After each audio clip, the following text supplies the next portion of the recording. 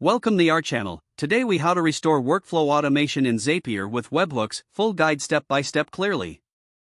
To restore workflow automation in Zapier using Webhooks, begin by logging into your Zapier account.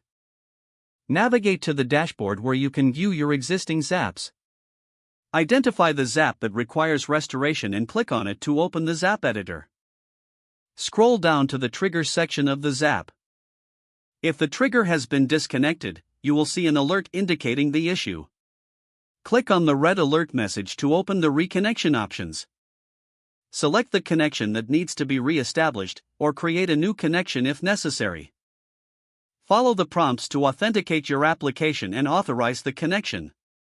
Once the trigger is reconnected, click on that action step to review its settings.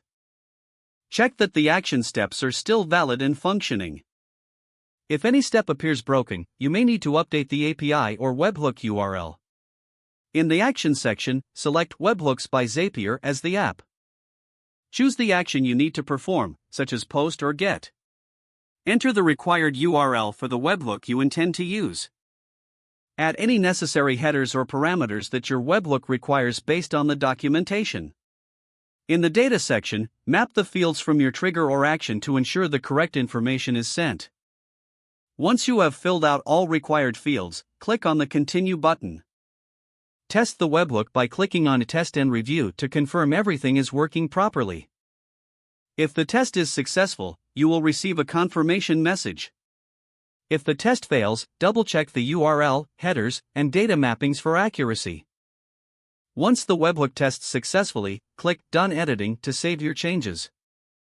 Finally, turn the Zap back on by toggling the switch in the upper right corner. Your workflow automation should now be fully restored and functioning with Webhooks. If the page does not load, refresh the browser or try again in a private or incognito window. Make sure you are using the correct email address, then retype it carefully to avoid small typos.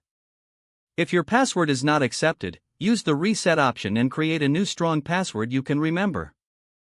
Check your spam folder for verification or security emails, then complete any requested confirmation steps. Enable two-factor authentication if available to improve account security and reduce unauthorized access risk. After signing in, review your profile details so your contact information and settings are accurate and current. Don't forget to like this video and subscribe to our channel for more step-by-step tech guides.